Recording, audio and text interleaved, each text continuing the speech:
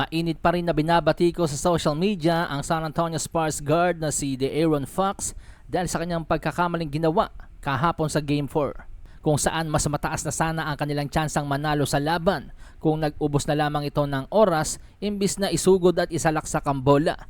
Dahil kasi sa pagkakamaling yon ni Fox, nagkaroon ng tsansa ang New York Knicks na maipanalo ang laban sa huling 5 segundo. Ngayon, minumulto na naman si Fox at ang San Antonio Spurs sa isa sa naging play sa WNBA sa pagitan ng Indiana Fever at Chicago Sky.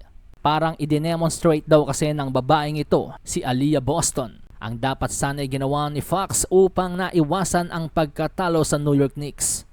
Dito sa play na to, makikita natin na may pagkakataon din sana si Aliyah na i-lay up ang bola.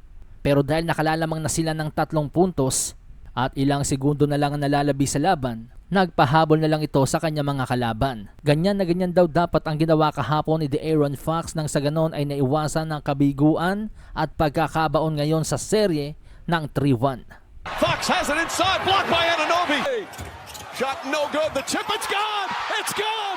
It's gone!